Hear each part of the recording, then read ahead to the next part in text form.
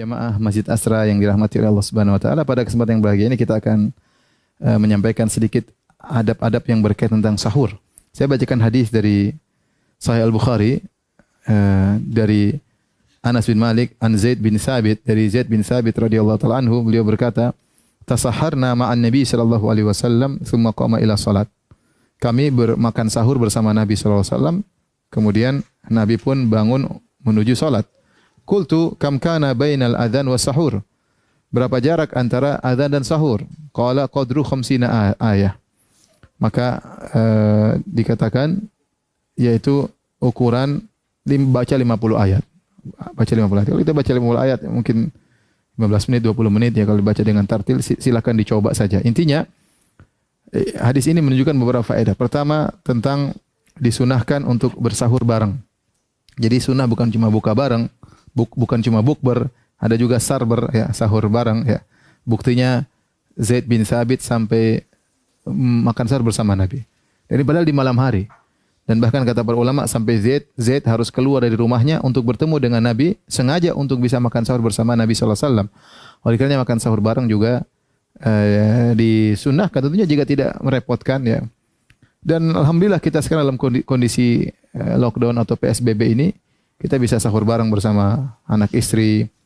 Dan tidak ada salahnya misalnya sambil sahur kemudian kita, orang tua mungkin yang jauh atau kerabat yang jauh, kita bisa video call sambil berbincang-bincang dengan mereka sembari makan. Maka ini juga insya Allah terasa seakan-akan makan bareng ya.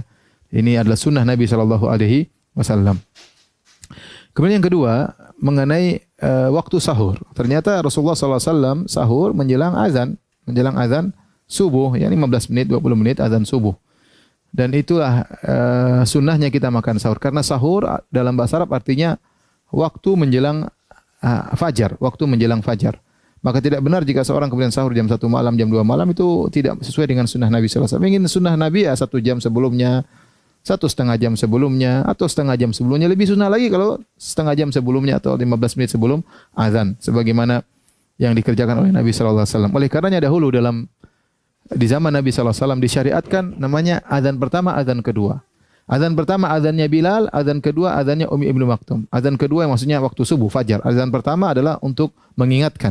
Apa kata Nabi SAW? Inna Bilalan yu'adzinu bil-lail. Fakulu washrabu hatta yu'adzina Ibnu Umi Maktum. Sungguhnya Bilal itu azannya masih gelap, masih malam. Maka makan dan minum terus saja sampai kalian mendengar azan Ibnu Umi Maktum, sampai kalian mendengar azan subuh. Berarti waktunya azan pertama adalah untuk makan. Oleh karenanya salah paham orang menyangka azan pertama untuk bangun sholat malam. Tidak.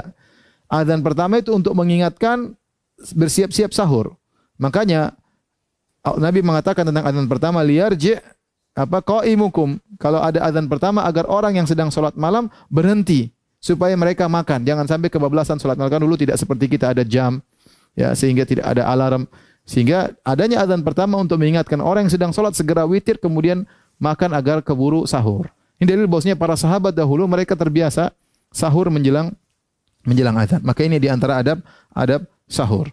Kemudian Nabi SAW mengatakan, tasaharu fa inna fi sahuri barakah. Bersahurlah karena dalam sahur itu keberkahan. Maka seorang tatkala makan sahur ya, hendaknya dia menghabisi makanan sahur tersebut karena makan sahur berkah.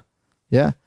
Bahkan walau jur'atan min ma, meskipun dia terlambat hanya seteguk air minum, itu berkah karena keberkahan tersebut akan mempengaruhi hatinya di siang hari. Dia akan semangat untuk baca Quran. Kemudian dia semangat untuk beribadah dan dia bisa punya energi untuk melaksanakan aktivitasnya. Maka sahur itu bukan masalah sok-sok kuat-kuatan. Jangan mengatakan saya sudah kuat, saya enggak sahur, saya kuat kok enggak apa-apa. Ya saya mau diet, saya enggak sahur. Bukan masalah diet-dietan, bukan masalah kuat-kuatan. Sahur itu berkah.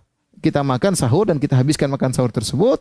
Ya tentunya dengan adab-adab makan ini membantu kita untuk beraktivitas di pagi hari. Ya. Kemudian jangan lupa di waktu sahur, ya kita sedang berada di waktu yang sangat mulia, waktu An-Nuzul Al-Ilahi. Allah sedang turun di langit dunia untuk mengabulkan permohonan seorang hamba. Tidak mengapa di sela-sela sahur kita berdoa kepada Allah Subhanahu wa taala. Kalau misalnya antum sahur 1 jam sebelumnya, taruhlah kita sahur misalnya jam 3:30, jam 4:45 sudah selesai. Masih ada waktu.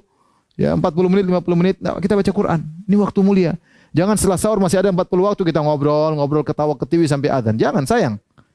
Kalau kita sudah selesai sahur misalnya jam 4, masih ada setengah jam, sibukkan kita baca Quran, masih ada waktu utama ya. Tidak usah tidur lagi, kita baca Quran dan ini memanfaatkan waktu di waktu sahur dan banyak istighfar. Di antara ciri-ciri orang beriman, wabil ashari hum yastaghfirun. Mereka beristighfar di waktu sahur.